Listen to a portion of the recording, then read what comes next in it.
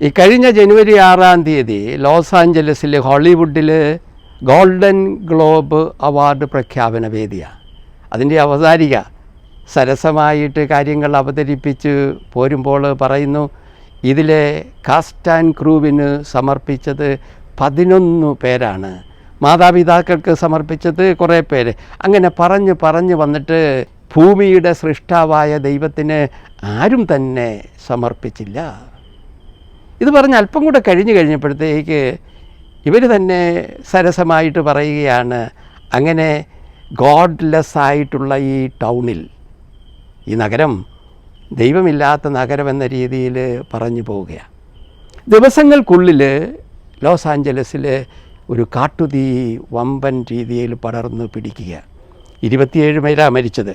1,70,000 പേരെയാണ് മാറ്റി പാർപ്പിക്കേണ്ടി വന്നത്. ഇത് രണ്ടും കൂടെ സംഭവിച്ചു കഴിഞ്ഞപ്പോഴത്തേക്ക് മാധ്യമങ്ങളിൽ, അത് ഇവിടെ കേരളത്തിൽ പോലും പ്രചരിക്കുന്ന വീഡിയോ എന്ന് പറയുന്നത്, അവർ അന്ന് ആ സിനിമ അവാർഡ് ദാനവേദിയിൽ വെച്ച് നടത്തിയ ദൈവദൂഷണത്തിനുള്ള ശിക്ഷയായിരുന്നു ഇത്, ദൈവികമായ ശിക്ഷ. നമ്മുടെ നാട്ടിലെ ചില പ്രശസ്തരായ ധ്യാന ഗുരുക്കന്മാർ തന്നെ ഇതിനെ നിർഭാഗ്യവശാൽ ദൈവശിക്ഷയായിട്ട് പ്രസംഗിച്ചു പിടിപ്പിക്കുന്നുണ്ട്.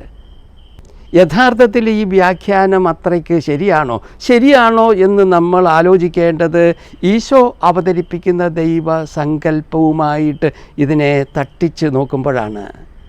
യഥാർത്ഥത്തിൽ ദൈവത്തിലുള്ള വിശ്വാസവും ദൈവത്തിലുള്ള ശരണവും 2 രീതിയിൽ ഉണ്ടാകാം. ഒന്ന് ഭയത്തിൽ നിന്ന്, out of fear. 2 out of love, സ്നേഹത്തിൽ നിന്ന്.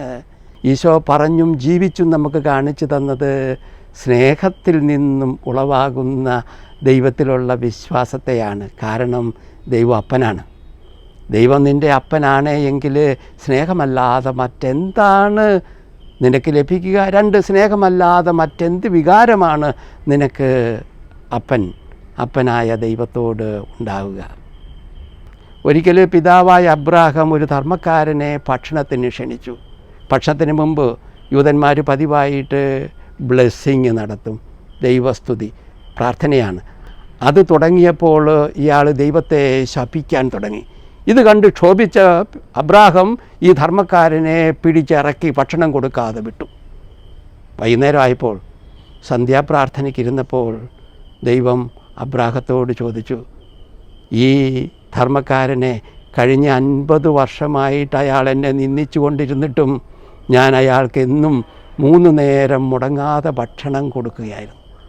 ഒരു നേരത്തേക്ക് പോലും അവനെ സഹിക്കാൻ അബ്രാഹമേ നിനക്ക് പറ്റിയില്ലല്ലോ.